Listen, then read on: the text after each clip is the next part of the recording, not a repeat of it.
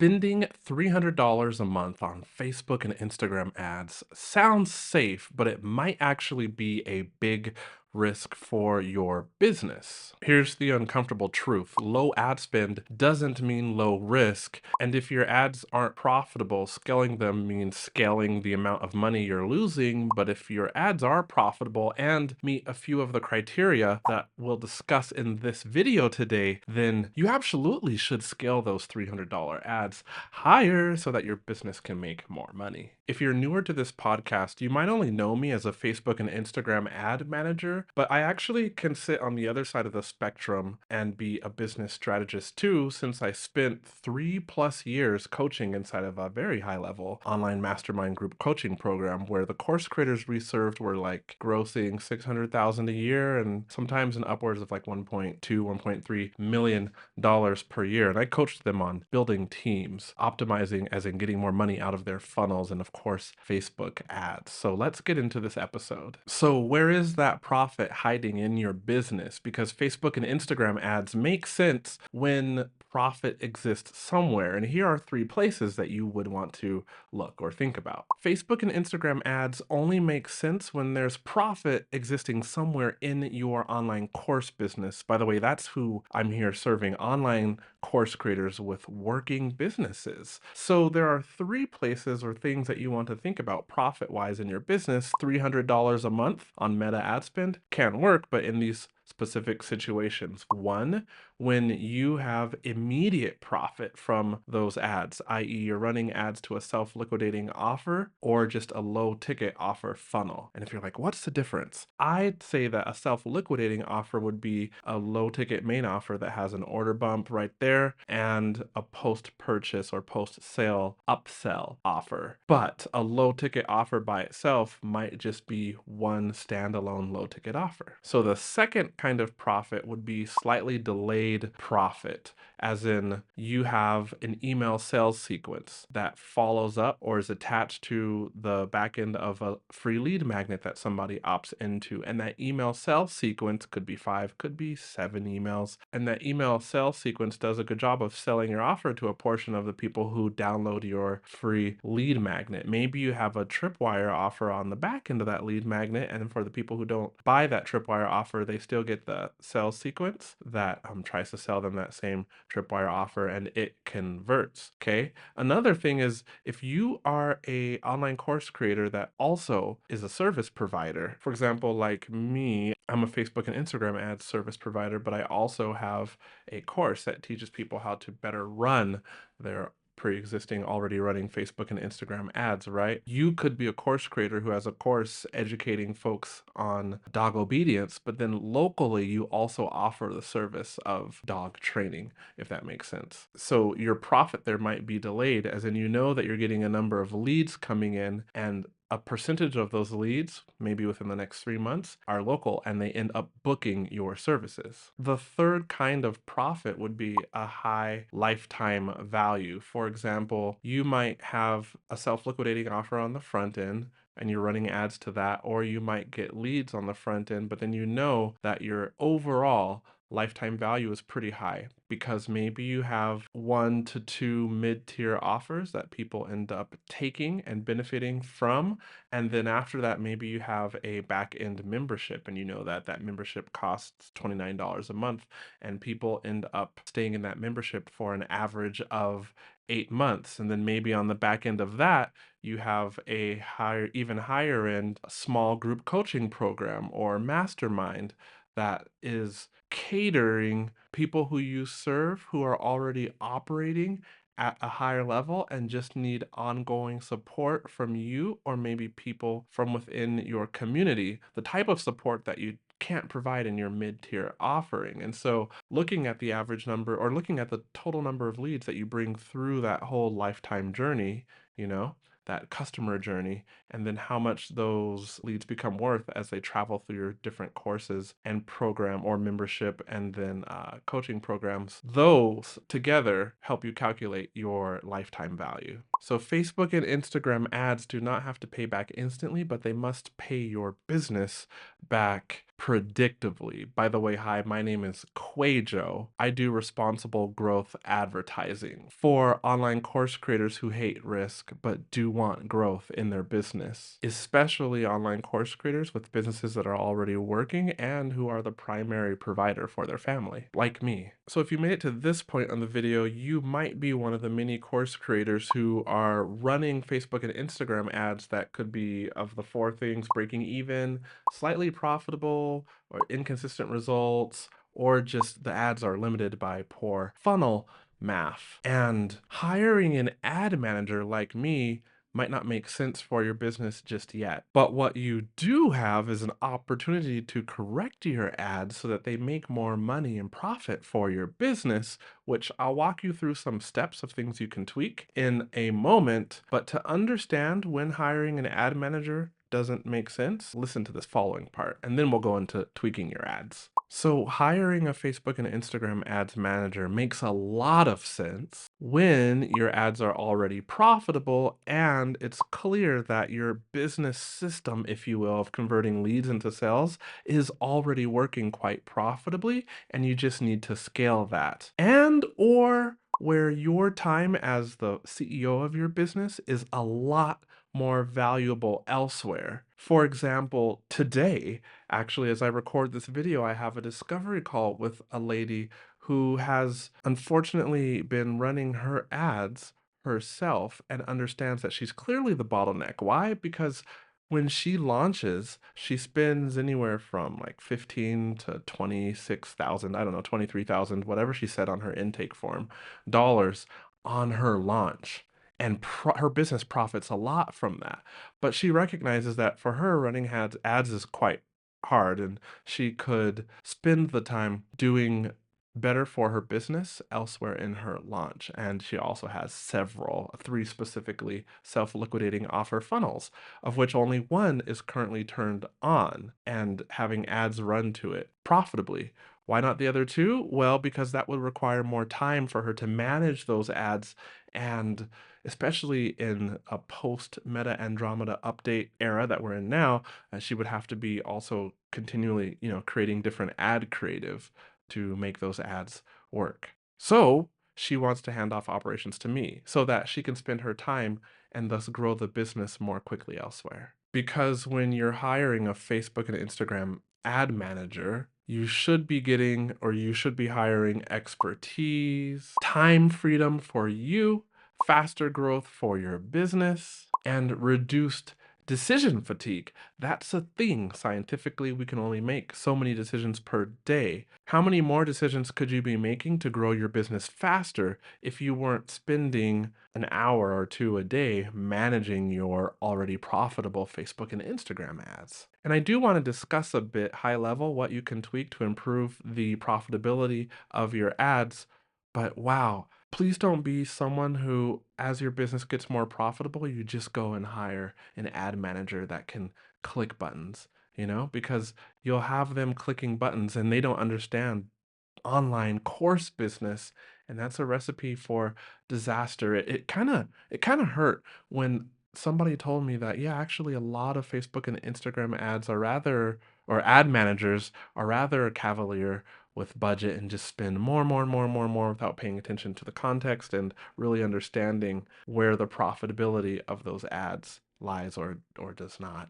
And so don't hire somebody like that. Okay, now the alternative to hiring an ad manager would be to improve the performance of your currently running ads first. And there are three ways that I would recommend you start applying yourself to improve that ad performance. And we'll talk about each one. The first one would be lowering your cost per lead or lowering your cost per sale, and focusing on doing that by improving your ad copy and or the messaging on your ad graphics or within your ad videos. The second place you could actually improve how well your ads are working is improving the funnel conversion rates that follow your ads. For example, that opt-in page conversion rate of your lead magnet or the sales page conversion rate of your low ticket offer. And then if it is a lead magnet and backed up by a sales sequence, improving your email open rates and your email link click-through rates, And then eventually that sales page that those emails lead to, you'll want to work on that sales page to improve its conversion rate. If you have a separate checkout page, you want to improve that checkout page conversion rate. And then lastly, increasing the profit per customer or building the lifetime value, ideally with profit per customer. And this is a more long-term goal, but it involves focusing on developing a chain of offers that continues to serve your ideal client or customer at higher and higher levels. This is where earlier in the video I mentioned, oh, maybe we started off with we're going back to dog training. Actually, let's not do dog training. Let's talk piano course. Since I interviewed a guy with a piano course. His name is Jock Hopkins, by the way, and I will link that episode up in the description below. But let's say you have a 5-day piano success or basic piano course offer, right? But what does that teach? I'm not a pianist, but I'm guessing it teaches like, the basics of music theory and some basic piano chords or things you can do to get started, right? And then maybe you have a full 21-day course after that. And then maybe, there are a number of pianists or budding pianists, who need help and accountability to have a regular practicing piano routine.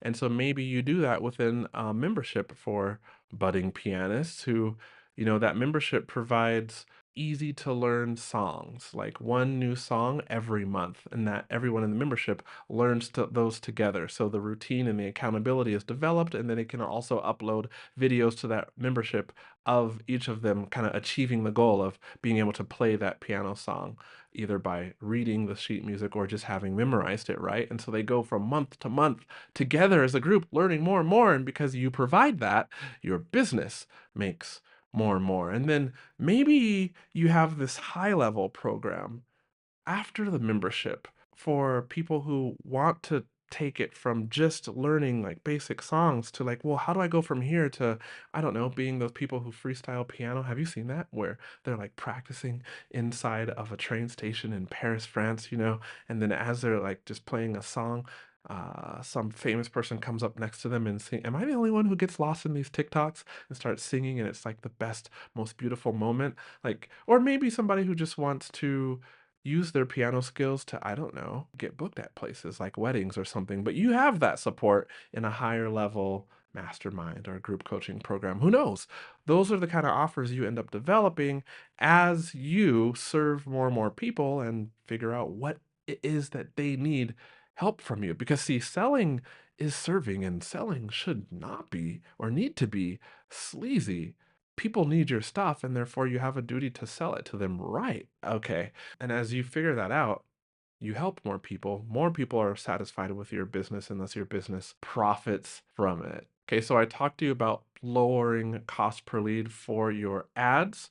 Here's some basics. If your ad cost per lead is too high, it's probably the messaging or the targeting that might need to change. Let's assume that you have good targeting because you're watching this video, your ads are already working to some extent. Then improve that messaging, and I'll say it simply like this. You might solve with your free lead magnet or low ticket offer one problem, okay? That problem could have a number, let's say 5 frustrations that stem from that problem. Now, maybe in your ads, you're already speaking to one of those frustrations. You got to think what those other 4 are and test some new ad copy and even graphics or videos that speak to those other 4 frustrations that stem from the pain point that your thing solves. When you do that, you'll discover that one of those frustrations that you're talking about and then giving a call to action to go get your free thing or download your paid thing convert way better than the others. And that is the way you can optimize your ad, through optimizing your messaging, that is your written word or the word that show up in your video or the words that are laid on top of an image, i.e. your graphics. Improving funnel conversion rates is way out of the scope of this video, but if you look at the key conversion steps, your opt-in page conversion rate, what can you do on your opt-in page to increase those conversions? I'm talking about clarifying messaging in like the header of your opt-in page, making sure that the opt-in button is a clear color or a clearly identifiable color on that page, right? Making sure that the length of your opt-in page suits the type of opt-in you have. For example, it's a free opt-in, for crying out loud. We should be able to look at it in one page that shows up on our cell phone, by the way, because usually people that are opting in these days come from their mobile devices, and tell who the lead magnet is for, how it helps them, what problem it solves. Okay, done, right? I've seen opt-in pages that take up like 6 or 8 or 10 screen links on a cell phone. These opt-in pages for a free lead magnet have like 6 opt-in buttons, because you should have one opt-in button per page length of your cell phone, right? And so it's just too long for something that's free. Like, what are you trying to convince me of? If it's free, there's not much risk for me. Therefore, you should be able to very cleanly, concisely convey that value. And then email open rates and email link click-through rates, these ones aren't hard, you know, like if your open rates for cold traffic are around 30%, great. If they're like 10%, you got a problem. Just look at the emails that you already have synced up in your automation and which ones have the highest open rates. Start to brainstorm what the commonalities in those subject lines are, and then redo your subject lines for the lowest open rate emails, and then wait a moment, like 2 weeks, 3 weeks, and then go back and see what those new open rates are. Same thing for the click-through rates inside of an email. I won't go into this in detail, but each email is effectively like a sales page where people read it, and you want to sell them on taking the action from your email, clicking on that link and doing something, okay? Here's a ninja tactic. Like, you could go find a video on YouTube that specifically is about how to write a good email that gets people to click, okay? Take the transcript from that email or from that YouTube video, copy it into ChatGPT and or your favorite AI assistant, and say, here is a video that teaches how to write better emails that get people to click. Here are my 7 emails that are in my email sequence. You know, their click-through rates aren't great. It's da da da da da da da da da, and the subject lines are da da da da da da da da da. So give me now, because you've you know, digest the transcript of that YouTube video, then look at my emails according to what you learn about, you know, email strategy from that YouTube video, and give me some ideas on how to improve my emails, or just write the new emails for me. Like, you can do that. I do that all the time with ChatGPT. It works beautifully. And by the way, if you thought that like AI sucked and it couldn't really help you, you're wrong. Or maybe you were right. You were right. You just used ChatGPT or Claude like, I don't know, 2 years ago, or even 6 months ago. They are improving greatly at written tasks, at everything, but they're improving so greatly. And also, it could be that you have a free model. Those free models are like a year behind the paid versions. And so maybe you just need to invest in your business and upgrade to the paid version. I do use a paid version of ChatGPT. I don't even have an affiliate link. But who needs one? Just go to chatgpt.com, you know, bless yourself. So consider the real question. Are your ads scalable? Ask yourself some questions to figure that out now. And before I tell you the questions to ask, you need to know if you are an online course creator who is already running ads, could be low ticket offer ads, could be ads to your repeatable launch, and you just want them to work better, you can get your ads audited by me so that you have one clear plan for your Facebook and Instagram ads, because I'll tell you the 3 things that I would do to change your ads so that they get a lower cost per lead or make more money for you, so that you can just go and do those things. You need your Facebook and Instagram ads audited. Look at the pinned comment right below this YouTube video or in the video description. Important question, like I said I would give you. Ask yourself, if I doubled my ad budget right now, would it double my profit? Ask yourself, do you know how valuable a lead is to your business? It might have initial value. You might have to measure that value by the number of leads that go through your funnel and how much that same number of leads ends up being worth after 2 or 3 months. Or if you're a course creator who launches like 2 times a year, it's really easy.